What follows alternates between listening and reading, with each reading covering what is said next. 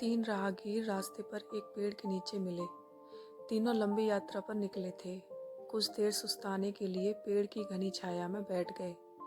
तीनों के पास दो झोले थे, एक झोला आगे की तरफ और दूसरा पीछे की तरफ लटका हुआ था। तीनों एक साथ बैठे और यहाँ वहाँ की बातें करने लगे, जैसे कौन कहाँ से आया है, कहाँ जाना है, कितनी दूरी है, घर में कौन कौन है। ऐसे कई सवाल जो अजनबी एक दूसरे के बारे में जानना चाहते हैं। तीनों यात्री कद काठी में समान थे, पर सबके चेहरे के भाव अलग अलग थे। एक बहुत थका निराश लग रहा था, जैसे सफ़र ने उसे बोझिल बना दिया हो। दूसरा थका हुआ था पर बोझिल नहीं लग रहा था, और तीसरा अत्यंत आनंद में था। एक दूर बैठा महात्मा इन्हें देख मुस्कुरा रहा था। तभी तीनों की नज़र महात्मा पर पड़ी और उनके पास जाकर तीनों ने सवाल किया कि वे मुस्कुरा क्यों रहे हैं।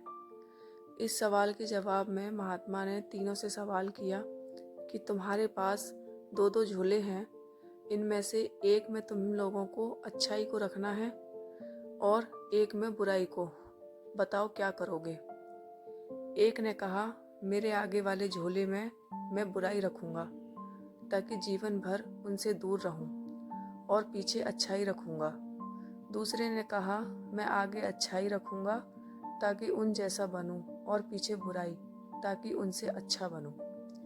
तीसरे ने कहा, मैं आगे अच्छाई रखूँगा ताकि उनके साथ संतुष्ट रहूं, और पीछे बुराई रखूँगा, और पीछे के थैले में एक छेद कर दूंगा जिससे वो बुराई का बोझ कम होता रहे और अच्छाई ही मेरे साथ रहे। अर्थात वो बुराई को भुला देना चाहता था। यह सुनकर महात्मा ने कहा, पहला जो सफ़र से थक कर निराश दिख रहा है, जिसने कहा कि वो बुराई सामने रखेगा, वो इस यात्रा के भांति जीवन से थक गया है, क्योंकि उसकी सोच नकारात्मक है।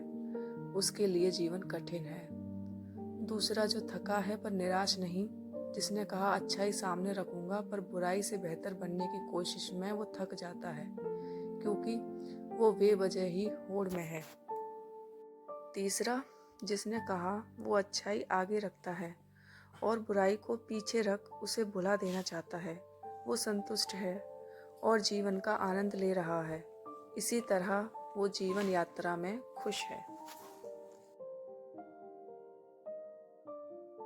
जीवन में जब तक व्यक्ति दूसरों में बुराई को ढूंढेगा, वो खुश नहीं रह सकता।